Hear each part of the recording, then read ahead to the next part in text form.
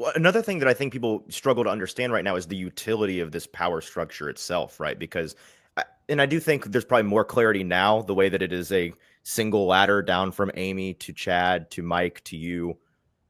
What's your opinion on kind of a unique power structure you guys have in I guess bifurcating the GM responsibilities for what Chad is doing? What's the point?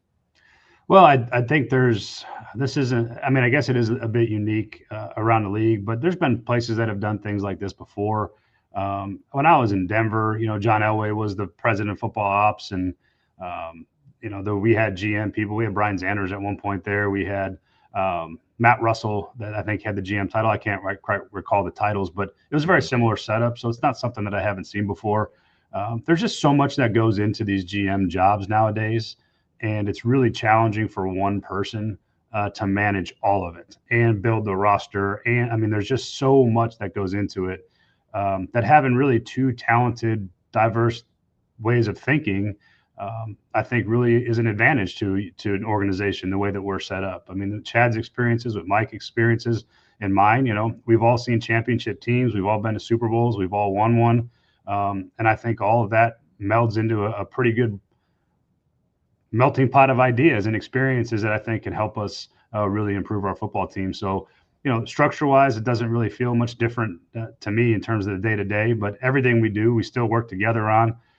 Very rarely at any point is anybody, walking up to the draft board and getting their hands slapped down because, no, I'm in charge of this and I'm in charge of that. That doesn't happen. We all work together trying to do the best we can for the organization, and our goal is to build a winning team as quickly as we possibly can. You have any idea why other teams don't, the more traditional GM setups? Do you feel like you're just ahead of the curve on that? Is it different teams are better off situated differently?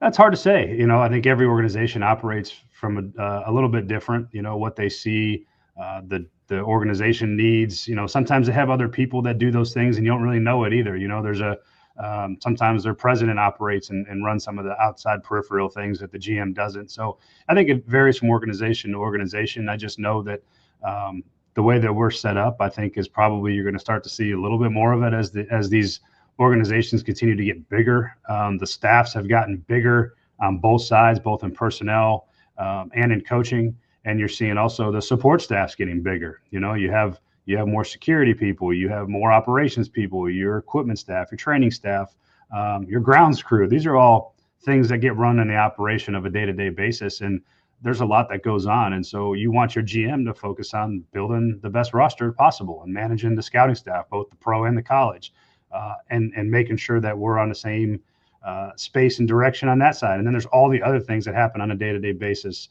that people don't even see and understand. And it's just, these organizations are gigantic. There's a lot of things that go into it.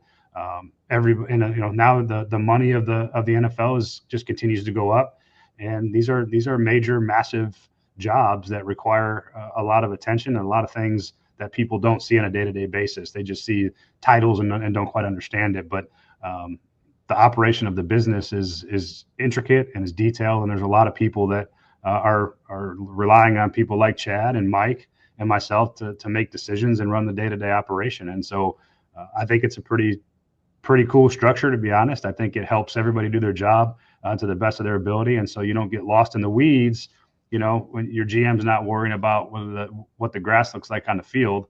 He's more worried about what players are going to draft in the sixth round. I think those things help. It just helps keep everything streamlined and focused. And this is my opinion, but that's just how I've seen it. And I think it's beneficial for us. If you're part of the Tennessee faithful, you know just how many years the Titans have shaved off your life with the emotional roller coaster of sports. Or maybe the roller coaster of life is messing with your happiness or preventing you from achieving your goals. The new year is a blank space for you to write a new story. BetterHelp makes it easier to get started. They are our incredible sponsor for this video. Regardless, if you have a clinical mental health issue like depression or anxiety, or if you're just a human going through a hard time, therapy can give you the tools you need to approach your life in a very different way. That's where our sponsor, BetterHelp, comes into play.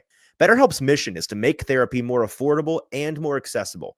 And this is an important mission because finding a therapist can be really hard, especially when you're limited to the options in your area. Easily switch therapists anytime at no extra cost if it's not the right fit. BetterHelp's platform makes finding a therapist easier because it's online and remote. BetterHelp can match you to a professional therapist in as little as a few days. Plus, with our link, you get 10% off your first month. Start fresh any day of the year with BetterHelp. Click the link in the description or go to betterhelp.com/ATOZ sports and get 10% off your first month of therapy with BetterHelp.